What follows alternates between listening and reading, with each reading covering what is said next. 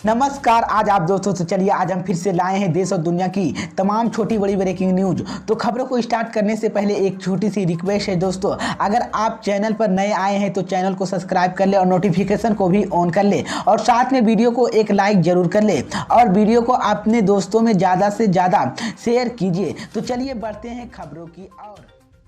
इसी बीच पर दोस्तों अगली खबर की ओर, तो गुजरात विधानसभा चुनाव में भाजपा का होगा सुफला साफ, कांग्रेस की सरकार बनाने का दावा, भाजपा में मचा हड़कंप, मोदी अमित शाह की छूटे पसीने। जी हां दोस्तों, आपको बता दें ये बड़ी खबर सामने निकल कर आई दोस्तों कि गुजरात विधानसभा चुनाव के लिए बमुश्किल 15 दिन बचे हैं और पहले चरण का मतदान 1 दिसंबर को होगा और मतदान के करीब 2 हफ्ते पहले एबीपी न्यूज ने एक नतीजे सर्वे का मूड बताया जा रहा है कि इस बार गुजरात में कांग्रेस की सरकार बनने जा रही है।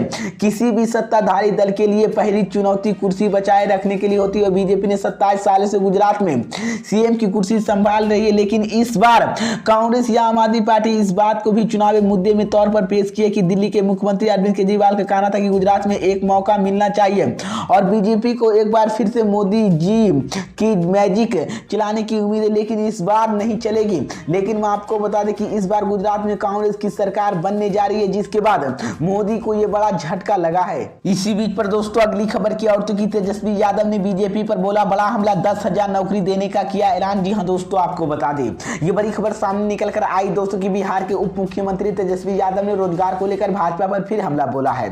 रविवार को दिल्ली के लौट तेजस्वी यादव मीडिया से बातचीत करते हुए नौकरी देने की संबंधी एक सवाल में जवाब में कहा कि हमारी महागठबंधन की सरकार की 3 महीने से 3.5 पत्र बांटे और 16 नवंबर को हम लोग 10,000 से अधिक लोगों को रोजगार देने जा रहे हैं। उन्होंने कहा कि भाजपा के जो लोग हमारी सरकार के हिसाब मांग रहे हैं उन्होंने ठीक से गिनती नहीं आती है।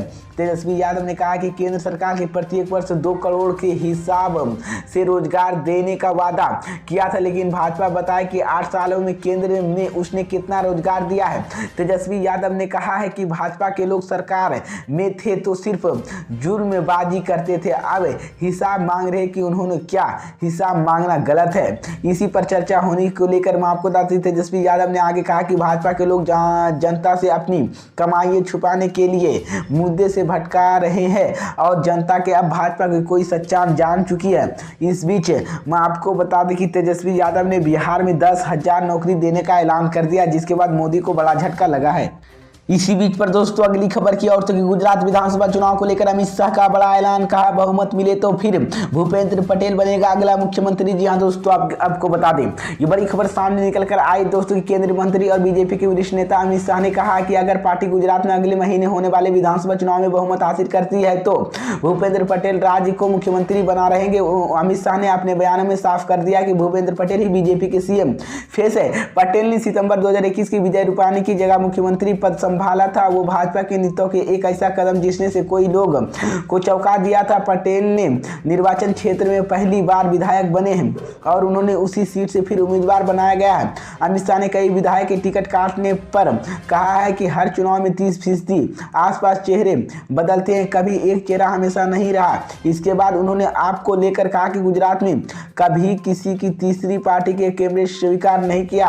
अरविंद केजरीवाल नेतृत्व वाली आम आदमी पार्टी की सरकार में सार्वजनिक सचर करने के बाद भी ईसुदान गढ़वी के मुख्यमंत्री पद के उम्मीदवार घोषित किया था और कांग्रेस ने चुनाव के मुख्यमंत्री पद के लिए घोषणा करने की फैसला लिया था। इस बीच में आपको बता दें गुजरात की 182 विधानसभा सीटों पर 15वें चुनाव को लेकर 15वां चुनाव है। इस बार यहां पर 2 चरणों में विधानसभा चुनाव होंगे। पहला चरण 89 सीट पर 1 दिसंबर को होगा, वहीं दूसरे चरण 93 सीट पर 5 दिसंबर को वोटिंग होगी, जबकि गुजरात चुनाव के नतीजे हिमाचल प्रदेश के साथ 8 दिसंबर को आएंगे। इस बीच मैं आपको बता दें गुजरात में अब की बार भाजपा का सुफला साफ होने जा रहा है।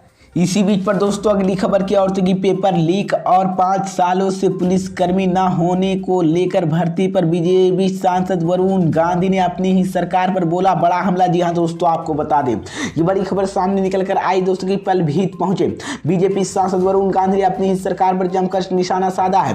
बीजेपी सांसद ने पेपर लीक और 5 सालों से आर्मी पुलिस में भर्ती न होने को लेकर सरकार को घेरा। उन्होंने कहा कि जनता का भारत माता की जय और जय श्री राम के नारे पर नहीं, देश के भविष्य और स्वास्थ्य शिक्षा के बेहतर बनाने के लिए वोट दें। मैं भी राम भक्त और कट्टर देश का भक्त हूं, जो आप सबकी आवाज बनकर सबके साथ खड़ा हूं। उन्होंने कहा है कि किसी नेता जनप्रतिनिधि किसान आंदोलन को लेकर, पेपर लीक और भर्ती को लेकर आवाज नहीं उठाई, लेकिन एक दिवसीय दौरे पर पीलीभीत पहुंचे बीजेपी सांसद वरुण गांधी ने विधवा गांव में सांसद निधि स्कूल बच्चे के फर्नीचर उपलब्ध कराया और साथ ही जनसंवाद कार्यक्रम के दौरान जन समस्याओं की सुनते हैं। वरुण गांधी ने अपने संबोधन के दौरान अपनी सरकार के खिलाफ जमकर निशाना साधा। बीजेपी सांसद वरुण गांधी ने कहा है कि आप सब लोग देश की भविष्य है और भारत माता की जय हो, लेकिन नहीं, इसी को लेकर उन्होंने कहा कि हमारे देश में 94% सरकारी बैंकों में लोन उत्तोधिक दिया जाता है, ना कि गरीब किसानों की। मुझे राजनीति के स्तर पर भ्रष्टाचार होता है। इस बीच में आपको बता दें, बीजेपी सांसद वरुण गांधी ने सरकार पर हमला बोलते हुए कहा कि चीटिंग और बेईमानी से, पेपर लीक वजह से, शिक्षा माफियों के पलभीति से कई युवाओं को इलाहाबाद में, लखनऊ जाकर भर्ती की परीक्षा देते तो उसमें से लगभग 1 लाख खर्च होता है और 10,000 खर्च होता है, लेकिन नहीं होती है। इस बीच ये बड़ी अपडेट है दोस्तों। इसी बीच पर दोस्तों अगली खबर की और गुजरात विधानसभा चुनाव को लेकर असदुद्दीन ओवैसी का बड़ा ऐलान। जी हाँ दोस्तों, आपको बता दें ये बड़ी खबर सामने निकल कर आई दोस्तों। गुजरात में वेटर्स को लुभाने के लिए सभी दल अपना अपना दाव चला रहे हैं। राज्य में बीजेपी, कांग्रेस के अलावा आम आदमी पार्टी भी एक नए खिलाड़ी तौर पर मैदान में उतरा है। इन सबके बीच असदुद्दीन ओवैसी एमआईएम के प्रमुख भी पूरी ताकत झोंक रही है। गुजरात में 1 और 5 दिसंबर को वोटिंग होनी है, जबकि नतीजे 8 दिसंबर को सामने आएंगे। ऐसे में गुजरात की जनता के मन क्या है, इसी को लेकर सर्वे में ताकि असदुद्दीन ओवैसी ने बड़ा ऐलान कर दिया है कि गुजरात में 2646 लोगों की बात की गई है और सर्वे में वेसन की इस बार मैं आपको बता दें कि ओवैसी ने कहा कि गुजरात चुनाव में एमआईएम चीफ असदुद्दीन ओवैसी नए दाव पर 64